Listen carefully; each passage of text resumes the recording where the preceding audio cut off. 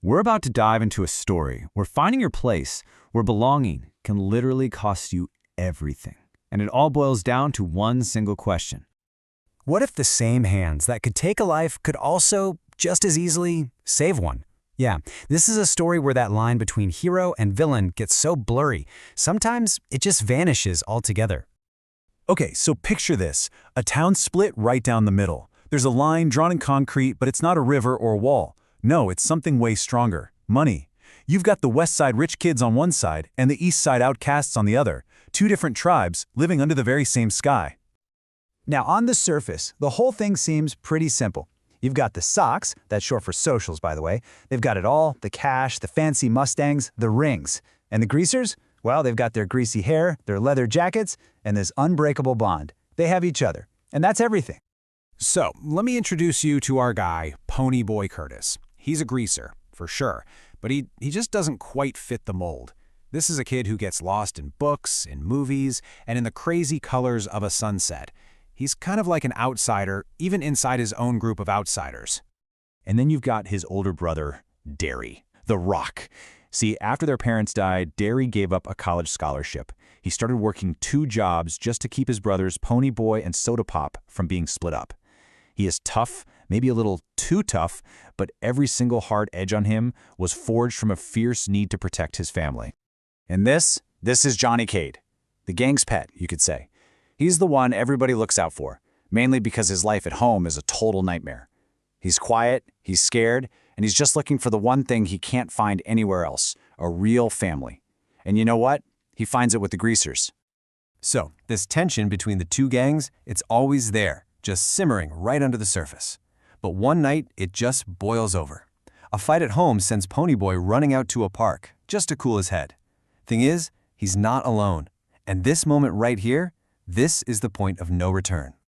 It all happens in just a few seconds. The Socs show up, drunk and looking for a fight. They grab Ponyboy. They shove his head into this freezing cold fountain, and he's drowning. And then, a flash of steel. It's Johnny, the quiet, scared kid. He's pulled a switchblade. And Bob, the leader of the Socs, just falls to the ground, dead. They are absolutely terrified. They just run. Dally, the toughest guy in their crew, tells them to hop a train and go hide out in this old abandoned church miles away from everything. And to disguise themselves, they do the one thing that feels unthinkable. They cut off their long, greased hair, the one symbol of who they are, their pride. But in this quiet, lonely hiding place, a poem ends up changing everything. Ponyboy starts reciting Robert Frost, "Nothing gold can stay."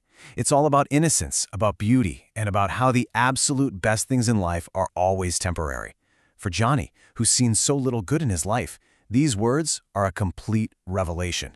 Right when they decide to go back and face the music, they see the church is on fire and there are school kids trapped inside. Without even thinking, these two fugitives, these hoodlums, smash a window and run straight into the inferno. They become heroes, but that heroism comes with a heavy price. A falling beam breaks Johnny's back. Back home, the tension between the gangs hits an absolute fever pitch. They all agree to one last all-out rumble. No weapons this time, just fists. This is supposed to be the fight to end all fights, to settle the score for good. And the greasers, they want to win it for Johnny. And they do. They win. They beat the Socs. And for a moment, they're the kings. But the victory, it just rings completely hollow. Nothing's changed. Winning some fight didn't fix their world, it didn't heal any of their wounds, and it sure didn't save their friends. It was just more violence. Dally and Ponyboy race to the hospital to tell Johnny the news, that they won the rumble for him. But Johnny's fading fast. He pulls Ponyboy close and whispers one last message, remembering that poem from the church. "Stay gold, Ponyboy. Stay gold." And then he's gone. But the tragedy doesn't stop there. Dolly, the toughest greaser of them all, the one who loved Johnny more than anything, he just snaps. He robs a store, pulls out a gun he knows is empty, and basically forces the police to shoot him down in the street. He chose to die, because a world without Johnny just wasn't one he could live in. Ponyboy is just left reeling in the wreckage of it all. 2 friends, dead in one single night. A victory that meant nothing.